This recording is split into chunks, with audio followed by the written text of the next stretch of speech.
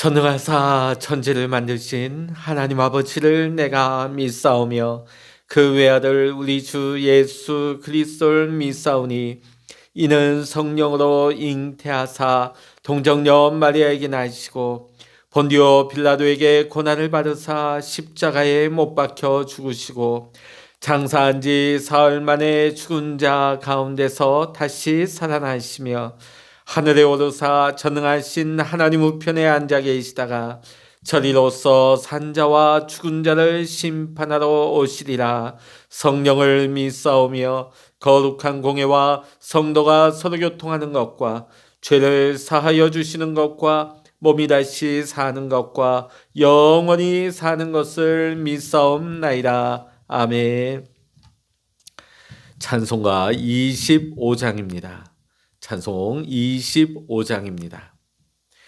멸류관 벗어서 주 앞에 드리세 저 천사 기쁜 노래가 온 땅에 퍼지네 내오나 깨어서 주 찬송하여라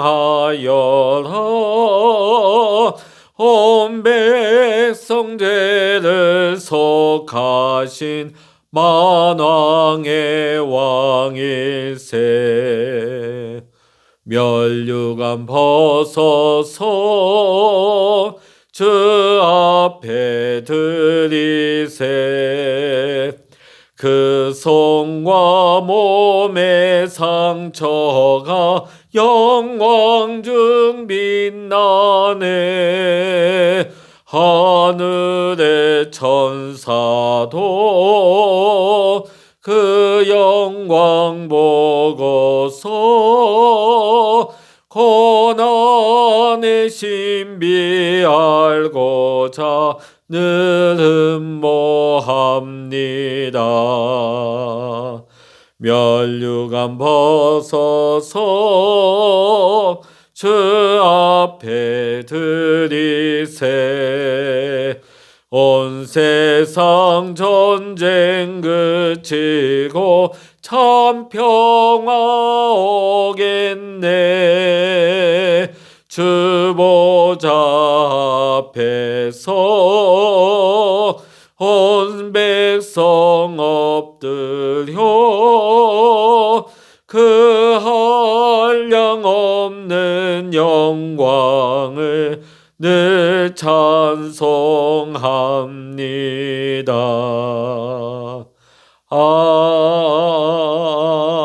아멘. 이 시간 우리에게 주시는 하나님의 말씀 구약 910면 시편 150편이 되겠습니다. 시편 150편 1절로부터 6절까지의 말씀 우리 함께 읽도록 하십니다. 시편 150편입니다. 할렐루야. 그의 성소에서 하나님을 찬양하며 그의 권능의 궁창에서 그를 찬양할지어다. 그의 능하신 행동을 찬양하며 그의 지극히 위대하심을 따라 찬양할지어다. 나팔 소리로 찬양하며 비파와 수금으로 찬양할지어다. 소고치며 춤추어 찬양하며 현악과 퉁소로 찬양할지어다. 큰 소리 나는 재금으로 찬양하며 높은 소리 나는 재금으로 찬양할지어다. 호흡이 있는 자마다 여호와를 찬양할지어다. 할렐루야. 아멘. 할렐루야. 오늘 이 아침에도 함께 기도하시는 우리 사랑하는 모든 믿음의 성도님들에게 오늘도 하나님의 크신 은혜와 평강과 여러분의 기도의 응답의 축복이 함께 하시기를 주의 이름으로 간절히 축원합니다. 우리가 시편 150편을 우리가 지난 7개월 동안 우리가 함께 보았습니다. 제가 한번 날짜를 살펴보니까 4월 17일부터 오늘이 이제 11월 24일이 되죠. 24일이 되니까 이제 7달 하고 좀 넘었습니다. 자, 우리가 시편을 보다 보면 참 다윗이라고 하는 이 인물이 얼마나 하나님을 신뢰했는가. 그 믿음은 결코 환경에 기초한 그런 믿음이 아니었다. 왜냐하면 대부분의 찬양이 그가 가장 극심하고 힘든 고통의 순간에 이 찬양이 나왔다는 것이죠.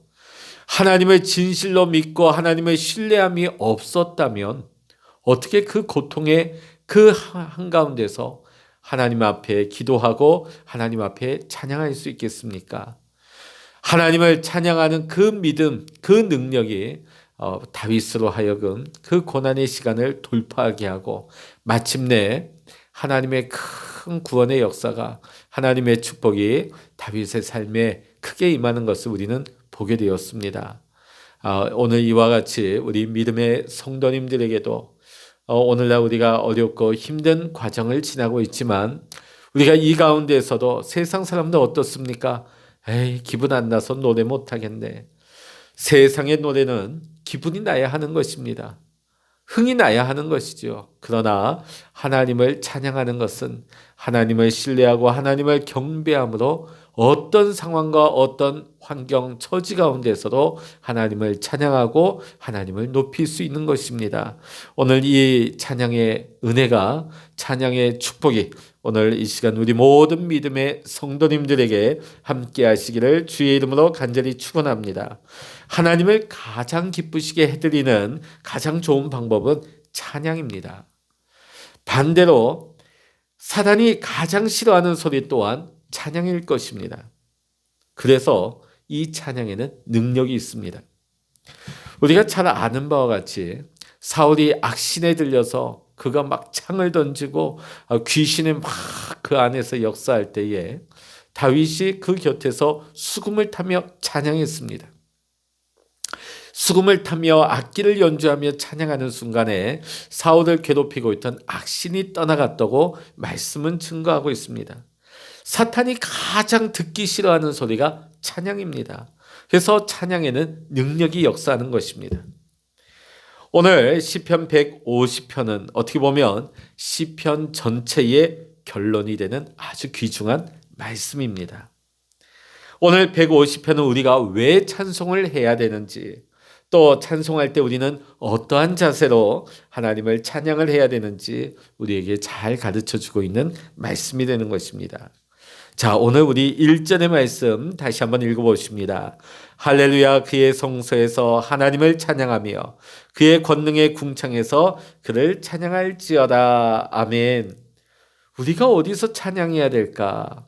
바로 찬양의 장소의 문제를 말씀해 주고 있습니다.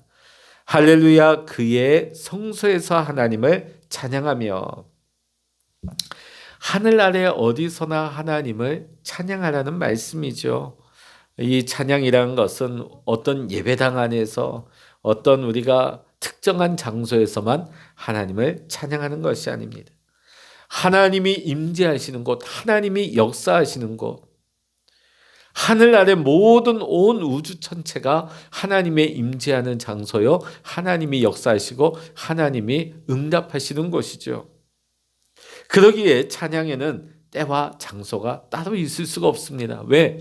하나님 계신 곳에서 하나님을 높여 찬양하기 때문에, 하나님은 우주 어디에서나 하나님은 편만히 거하시기 때문에 우리가 찬양하는 것은 교회에서뿐만 아니라 우리가 예배 때만 찬양하는 것이 아니라 언제 어디서나 우리는 하나님을 찬양할 수가 있고 또 찬양해야만 하는 것입니다. 즐겁고 기뻐도 찬양할 것이요, 외롭고 힘들어도 우리는 찬양해야 합니다. 늘 찬양을 하나님 앞에 올려드려야 되는데, 특히 힘들고 어려운 일이 닥칠 때 우리가 시편 150편까지 보면서 오늘 우리가 얻는 교훈의 말씀이 무엇입니까? 다윗이 힘들고 가장 어려울 때 하나님 앞에 찬양했다. 찬양할 때 하나님이 위로하시고, 찬양할 때 하나님이 은혜 주시고, 찬양할 때 하나님이 확신을 주시고, 하나님이 그 어려운 일을 감당하고 이길 수 있는 큰 힘을 주신 것을 우리는 보았습니다. 찬양하면서 이겨내죠. 찬양하면서 그 난관을 돌파하죠. 이와 같이 찬양에는 엄청난 능력이 역사하는 것입니다. 사도행전 16장 23절 이하를 보게 되면 바울과 실라가 빌립보에서 복음 전도하고 귀신을 쫓다가 그만 억울하게 감옥에 갇히고 맙니다. 매를 많이 맞고 발에는 착고가 차여져서 기아 깊은 감옥에 갇혀 있는데 그때에 그냥 있어도 얼마나 괴롭고 힘이 듭니까? 그런데 바울과 신라의 입술에서 불평이 나온 것이 아니라, 아프다는 신음소리나 씨름이 나온 것이 아니라 하나님을 높이고 하나님을 경배하는 찬양의 소리가 나온 것입니다. 찬양이 그 온 감옥에 울려 퍼졌을 때에 감옥문이 흔들리고 감옥문이 열렸습니다. 바울과 신라를 괴롭히고 감시하던 간수와 그의 가족이 구원받는 놀라운 역사가 일어난 것입니다. 이와 같이 찬양에는 놀라운 힘이 있습니다. 찬양은 기도 못지않게 큰 능력이 역사하는 것입니다. 또 찬양할 때 놀라운 힘이 일어나는 것입니다. 구약 역대하 20장 20절 이하를 보면 제가 여러 번 말씀드렸다시피 유다의 여호사밧 왕이 모압과 암몬 연합군과 대적하게 될 때, 큰 전쟁을 벌이게 될 때에 그 앞에 사실 특수부대나 가장 정예병사를 세우는 게 세상의 이치이죠. 왜냐하면 그 앞에서 승패가 전쟁을 좌우하기 때문입니다. 자, 근데 어찌된 영문인지 여호사밧은 그 앞에 정예병사나 어떤 특수부대를 앞세운 것이 아니라 찬양대, 성가대를 앞세웠습니다. 찬양하면서 나아갔습니다. 그 전쟁을 시작하였습니다. 그 싸움의 결과가 어떻게 되었습니까? 결국은 하나님의 도우심으로, 하나님의 역사하심으로 그 전쟁에서 크게 대승리를 거두게 되었습니다. 이는 군대의 힘으로 이긴 것이 아닙니다. 하나님을 믿는 마음으로 하나님을 높이고 하나님을 경배하며 찬양하며 하나님을 감동한 것이죠. 오늘 우리가 찬양할 때, 오늘 다윗도 마찬가지죠. 가장 어렵고 힘든 순간에 하나님을 경배하고 하나님을 찬양할 때 하나님이 얼마나 감동하셨을까요? 여호사밧도 마찬가지예요. 이 전쟁의 한복판에 하나님을 믿지 않는다면, 하나님을 확신하지 않는다면 어떻게 성가대를 앞세우고 성가대를 찬양하며 이 전쟁을 시작할 수 있겠습니까? 하나님이 크게 감동한 것이죠. 하나님이 복 주실 수밖에 없는 것입니다. 하나님이 응답하실 수밖에 없는 것입니다. 그래서 우리가 예배 중에 찬양을 하는 것은 우리가 흥을 돋구고 예배의 분위기를 막 업시키기 위해서, 올리기 위해서 그런 분위기를 띄우는 노래가 아닙니다. 오늘 이 찬양을 통하여서 하나님께 영화롭게, 하나님을 영광, 하나님께 경배, 하나님이 감동하시는 거예요. 하나님이 감동하시면 그 예배를 하나님이 역사하시죠. 그 예배에 은혜를 주시죠. 그 예배에 응답을 주시죠. 그 예배가 얼마나 복된 예배가, 하나님의 임재가 충만한 예배가 되겠습니까? 그래서 우리가 예배가 있는 곳에, 또한 우리 성도들의 모든 삶에는 이 찬양이 늘 있어야 되는 것입니다.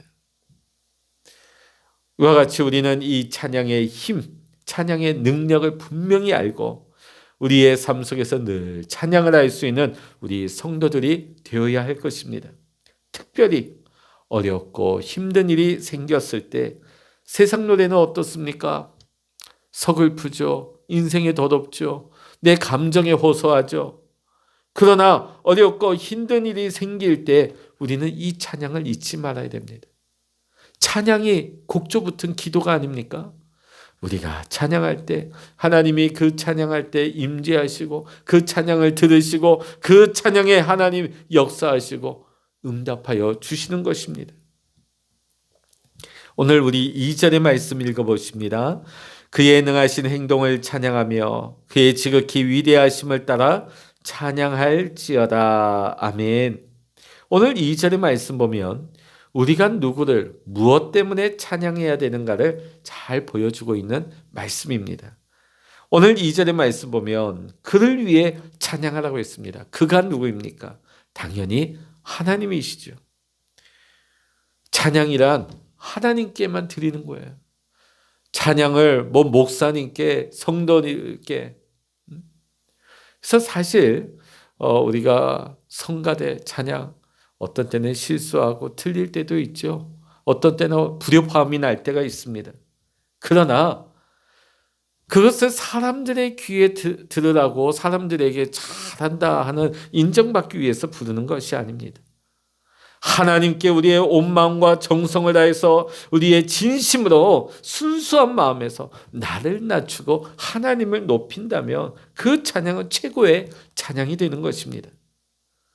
사람들이 아무리 듣고 사람들의 귀에 좋다 할지라도 하나님 앞에 드리는 찬양이 되지 않는다면 그 찬양은 찬양이라 할 수가 없는 것이죠.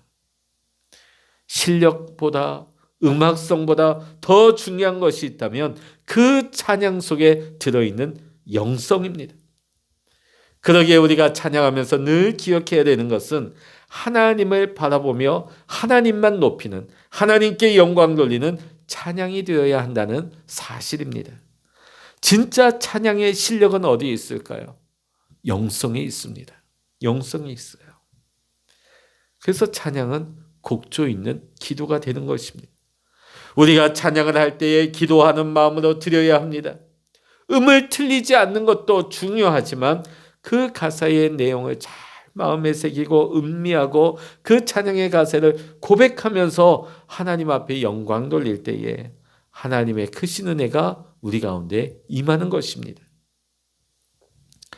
오늘 3절로부터 5절의 말씀을 보면 우리가 무엇으로 또 어떤 수단으로 하나님을 찬양해야 되는지를 가르쳐주고 있습니다.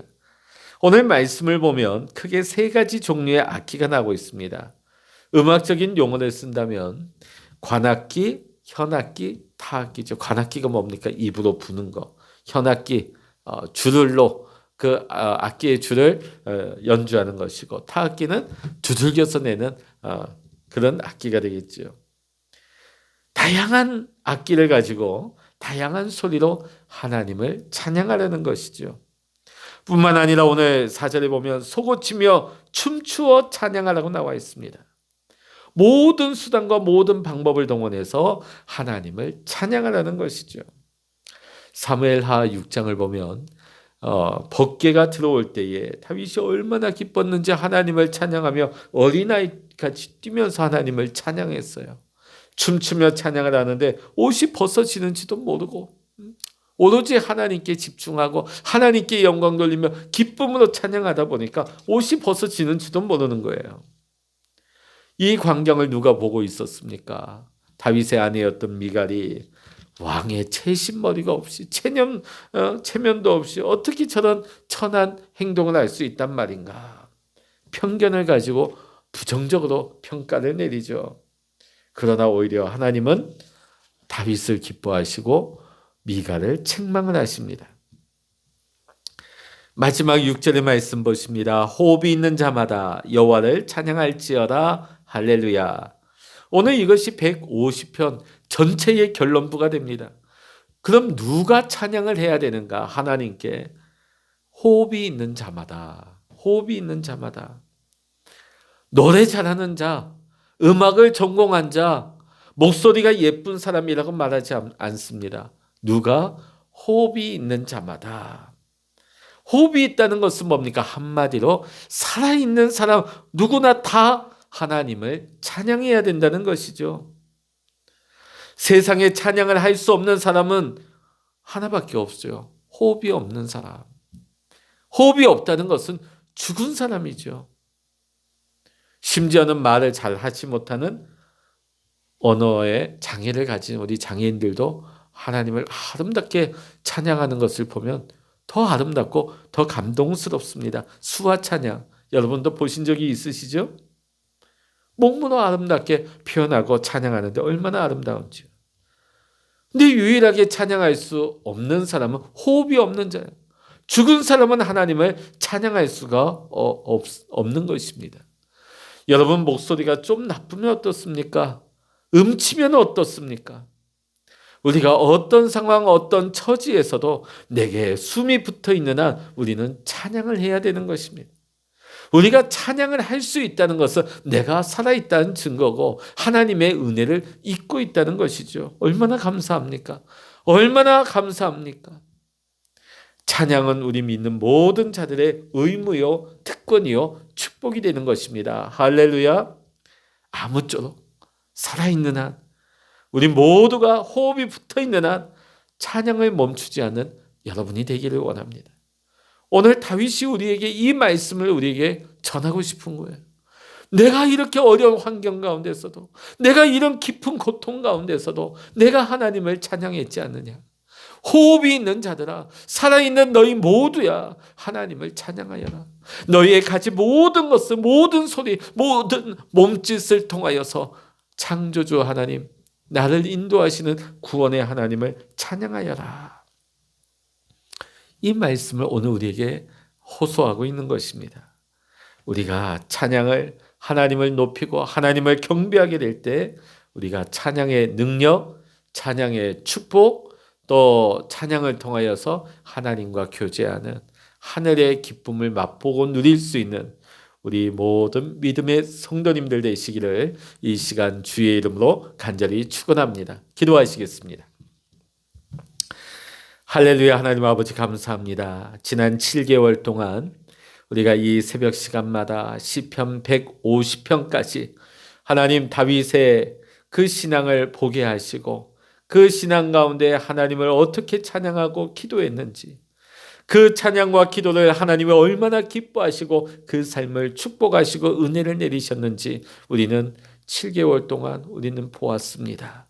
이것이 다윗 한 사람의 고백이요 찬양으로 끝나지 말게 하시고 오늘 150편의 마지막 결론부와 같이 호흡이 있는 우리 모두가 우리의 평생에 사는 날 동안 하나님을 찬양하며 하나님을 경배하며 하나님의 기쁨이 되는 삶을 살아갈 수 있는 우리 모두가 되게 하여 주시옵소서. 찬양할 때 하나님이 임재하시고 찬양할 때 마귀는 떠나게 하시고 찬양할 때 하늘 문이 열려서 기도의 문이 열리게 하시고 응답의 문이 열리게 하시고 하나님을 만나는 축복의 문이 열리게 하여 주시옵소서.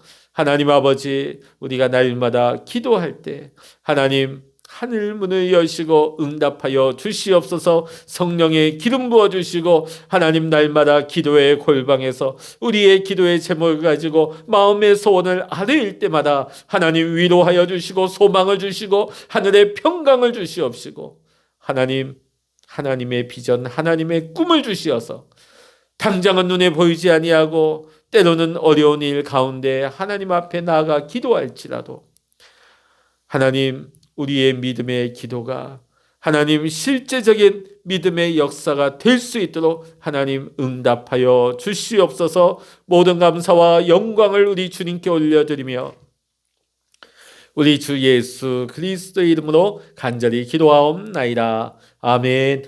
찬양하라 내 영혼아, 찬양하라 내 영혼아, 내 속에 있는 것들아 다 찬양하라. 기도하라 내 영혼아, 기도하라 내 영혼아, 내 속에 있는 것들아 다 기도하라. 주여 일창을 합심하여 기도하십니다. 주여